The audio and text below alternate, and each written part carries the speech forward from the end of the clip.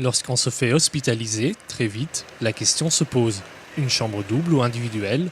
De nombreux patients préfèrent la tranquillité de la chambre particulière, mais craignent une facture élevée, ce qui n'est pas toujours justifié.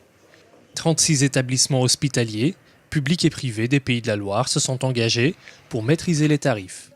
Une chambre particulière, c'est simplement le fait d'être tout seul dans une chambre. Les avantages, c'est que déjà on se retrouve seul sans être accompagné d'un autre malade à côté. On aura aussi un cabinet de toilette pour soi.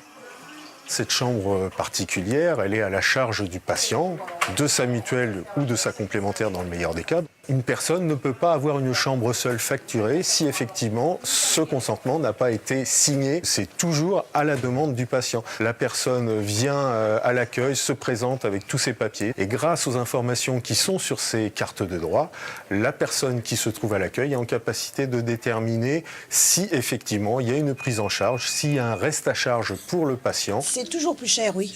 Mais après, il faut voir avec la complémentaire, l'assurance complémentaire. Ce coût peut être relativement important quand il n'y a pas de prise en charge mutuelle.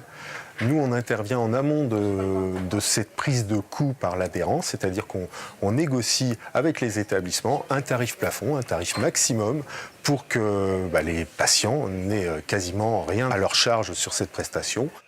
On peut éviter un surcoût si l'établissement est conventionné. Vous n'aurez pas de reste à charge sur la prestation de la chambre particulière.